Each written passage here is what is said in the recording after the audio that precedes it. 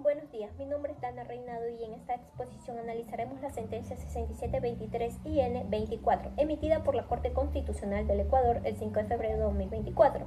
El objetivo de este trabajo es explicar los conceptos de motivación y argumentación jurídica, observando cómo se aplican en un caso la despenalización de la eutanasia como mecanismo de garantía de una vida digna. Recordemos, la argumentación jurídica es el conjunto de razones, fundamentos y normas que utilizan las partes para defender sus pretensiones. La motivación es la obligación que tienen los jueces de explicar detalladamente con base en el derecho y la lógica las razones por las cuales toman una decisión. Ambos elementos son esenciales para que una sentencia sea válida y cumpla con el principio de seguridad jurídica. Tenemos los fundamentos de la controversia. Comencemos por entender cuál fue el delito jurídico que llegó a la Corte. La controversia nace de una acción pública de inconstitucionalidad presentada por la señora Paola Roldán Espinosa contra el artículo 144 del Código Orgánico Integral Penal, norma que tipifica el homicidio simple y lo sanciona con prisión de 10 a 13 años. También se impugnaron artículos del Código de Ética, medida que prohibían a los profesionales de la salud abreviar la vida de un paciente. Tenemos la estructura de la sentencia. Analicemos la estructura de esta sentencia tal como lo exige la lógica jurídica. La parte expositiva, los hechos. En esta sección se narra el origen del caso. Se explica que el 8 de agosto de 2023 se presenta la demanda solicitando que no se sancione a los médicos que realicen procedimiento de eutanasia bajo ciertas condiciones. Se detalla que se admitió la acción. Se escuchó a las instituciones públicas como la Asamblea Nacional y la Presidencia, y también recibieron opiniones de expertos, conocidos como Amici Curiae, que aportaron visiones médicas, éticas y jurídicas al proceso. La parte considerativa, el análisis de la Corte. Aquí es donde se manifiesta la argumentación y motivación de los jueces. El Pleno planteó el problema jurídico a resolver. Realizaron un análisis de los hechos involucrados, como el derecho a la vida. Reconocieron que es fundamental, pero no absoluto, y existen excepciones en nuestro ordenamiento como la legítima defensa o el estado de necesidad, donde causar la muerte no es un delito. El derecho a la vida digna. Establecieron que tiene dos dimensiones: estar vivo, pero también vivir con condiciones decorosas, sin mantener el equilibrio y se vulnera la dignidad. También el libre desarrollo de la personalidad.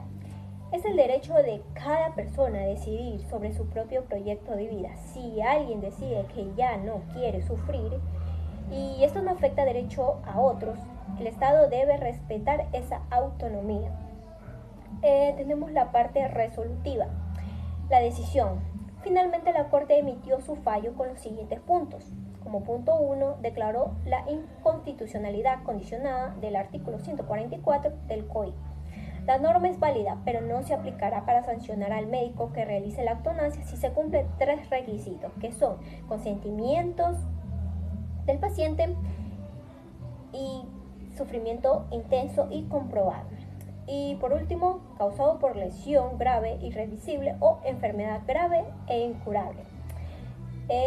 Punto 2. Tenemos que declaró la inconstitucionalidad del artículo 90 del Código de Ética Médica, que prohibía esta práctica de forma absoluta.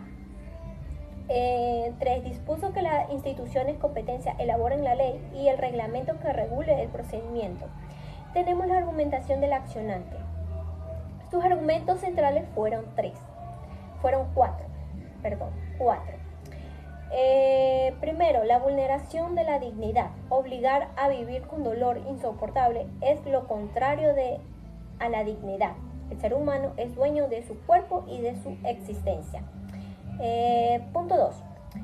Autonomía personal. El Estado no puede imponer un modelo de vida. El derecho al libre desarrollo de la personalidad permite decidir que no solo cómo vivir, sino también cómo y cuándo morir, cuando la vida ya no tiene calidad.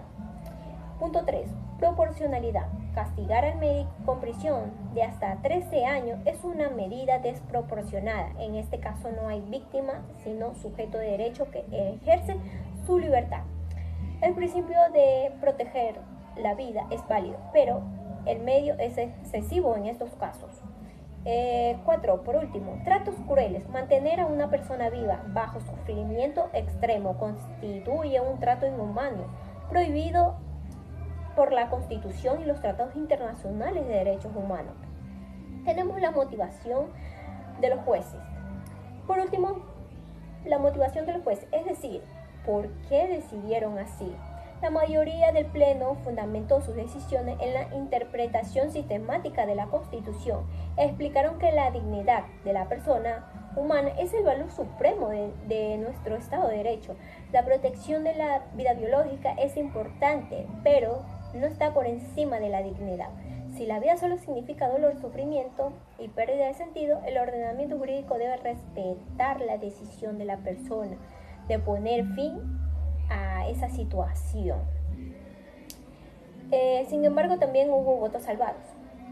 Los jueces motivaron su desacuerdo argumentando que la Asamblea Nacional puede crear las leyes penales y que la Corte estaba legislando. En conclusión, por último, para concluir, en esta sentencia observamos claramente cómo funciona la motivación y la argumentación jurídica. Las partes usaron normas, principios y derechos para defender sus posiciones. Los jueces analizaron esos argumentos, contrastaron las fuentes del derecho, la Constitución, tratados, principios y construyeron una resolución lógica y válida. La sentencia 6723 IN 24 no solo cambió la legislación sobre la eutanasia en Ecuador, sino que definió con claridad que la vida digna es más que estar vivo, es tener el derecho a decidir sobre el propio sufrimiento con libertad y autonomía. Muchas gracias. Gracias por su atención.